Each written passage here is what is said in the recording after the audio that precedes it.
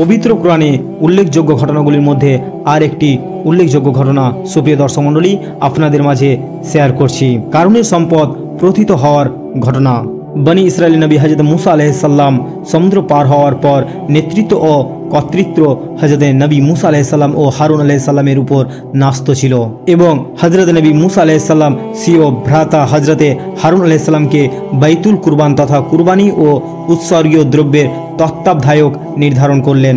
অর্থাৎ আল্লাহর রাহে উৎসর্গের জন্য যেসব সামগ্রী আসবে তা হযরত হারুন আলাইহিস সালাম এর মারফত কুরবান গাহে রাখা হবে। সে সময় আসমানি আগুন এসে তা পুড়িয়ে ফেলতো। আর এটাই ছিল কুরবানি ও নজর নেওয়াজ আল্লাহ তাআলার দরবারে কবুল হওয়ার নিদর্শন। এই বিষয়ে কারুনের হিংসা হলো।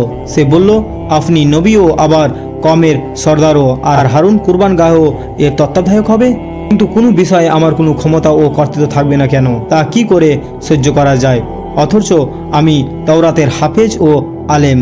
হযরত নবী মুসা আলাইহিস সালাম বললেন, এটা আল্লাহ তাআলার পক্ষ থেকেই নির্ধারিত, এই বিষয়ে আমার কোনো কর্তৃত্ব নেই। মহান রব্বুল আলামিন আল্লাহ তাআলার পক্ষ থেকেই এই সিদ্ধান্ত হয়েছে। কারণ তখন বলল, এটা অবশ্যই জাদু বলে ঘটেছে। কথার পর বনি ইসরায়েলের অনেক সর্দারকে বিভিন্ন প্রলোভন এবং ষড়যন্ত্রের মাধ্যমে সে তার দলভুক্ত করে নিল।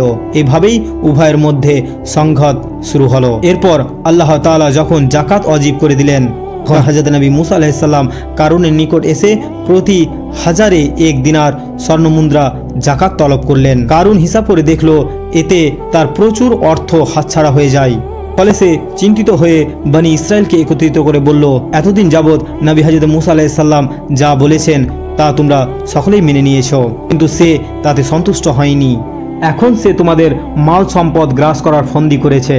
লোকজন বলল, আপনি আমাদের সর্দার, জ্ঞানী গুণী ও বুদ্ধিমান, সুতরাং আপনি যা বলবেন আমরা তা মেনে নিতে প্রস্তুত আছি। কারণ নির্দেশ দিল যে উমুক ব্যভিচারিণীকে নিয়ে এসো, তাকে তার চাহিদা মতো অর্থ সম্পদ দিয়ে তাকে একথা বলতে সম্মত করো যে সে নবী হযরত মুসা আলাইহিস সালামের উপর তার সঙ্গে ব্যভিচারের অভিযোগ তুলবে। লোকজন যখন একথা শুনবে তখন তার থেকে দূরে সরে যাবে এবং তার বিদ্রোহী হয়ে যাবে। ফলে আমাদের সবার জন্য তার গোলামি থেকে নিষ্কৃতি মিলবে। নরাধম কারুনের নির্দেশ মতে উক্ত ব্যভিচারিণীকে নিয়ে আসা হলো। তাকে প্রচুর অর্থের প্রলোভন দিয়ে এ বিষয়ে সম্মত করা হলো যে কারুন এবং তার লোকজন বনি ইসরায়েলকে সমবেত করে হযরত নবী মুসা আলাইহিস সালামের নিকট গেল এবং বলল, এসব লোকজন সমবেত হয়েছে, তাদের উদ্দেশ্যে কিছু ওয়াজ নসিহত করুন। হযরত নবী মুসা আলাইহিস সালাম বাইরে এসে ওয়াজ নসিহত শুরু করলেন। ওয়াজের মধ্যে শরীয়তের বিভিন্ন দিক বিধি সম্পর্কে আলোকপাত করলেন। তার মধ্যে চোরের সাজা হস্তকর্তন অর্থাৎ হাত কেটে নেওয়া, ব্যভিচারের অপবাদ অপরাধের সাজা 80 কোড়া এবং ব্যভিচারী বিবাহিত ও সুস্থ বিবেক সম্পন্ন না হলে 100 কোড়া, আর বিবাহিত ও সুস্থ মস্তিষ্ক সম্পন্ন হলে তাকে সঙ্গে সার অর্থাৎ পাথর মেরে জীবনপাত করার বিধানও উল্লেখ করলেন। এই সময় কারুন দাঁড়িয়ে বলে উঠল, এই অপকর্ম যদি আপনি করেন তাহলে তার সাজা কি হবে? তিনি বললেন, আল্লাহর বিধান সবার জন্য সমান। কারুন তখন বলল, আপনি উমুক মহিলার সাথে ব্যভিচার করেছেন।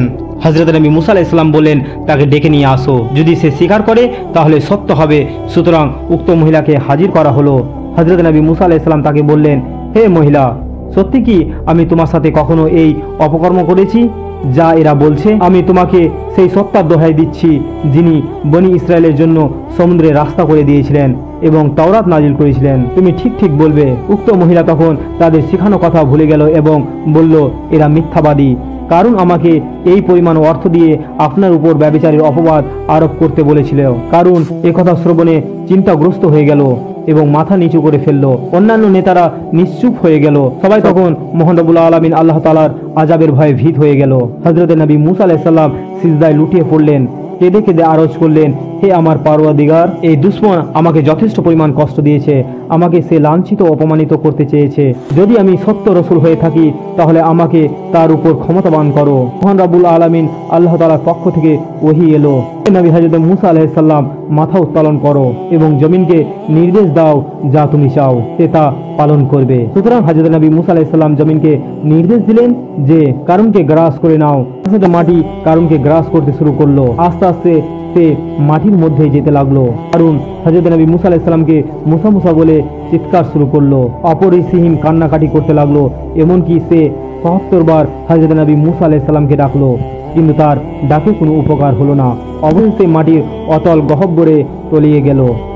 এই ঘটনার পর বনি ইসরায়েলের কতিপয় লোক মন্তব্য করল যে হযরত নবী মুসা আলাইহিস সালাম কারণে সম্পদ লাভ করার জন্যই তাকে মাটির মধ্যে ধসিয়ে দিয়েছেন। এই কথা জানতে পেরে হযরত নবী মুসা আলাইহিস সালাম আল্লাহ তাআলার দরবারে দোয়া করলেন, হে আমার প্রভু, হে আমার পালনকর্তা, হে আমার আল্লাহ, কারণের ধন ভাণ্ডারকেও মাটির নিচে ধসিয়ে দিন। ফলে তার সমস্ত ধন ভাণ্ডারও মাটির নিচে ধসে গেল, আর এই ধস্য কিয়ামত পর্যন্ত অব্যাহত থাকবে। সুপ্রিয় দর্শক মণ্ডলী, এই ছিল পবিত্র কোরআনে বর্ণিত কারণের সম্পদ প্রথিত হওয়ার ঘটনা।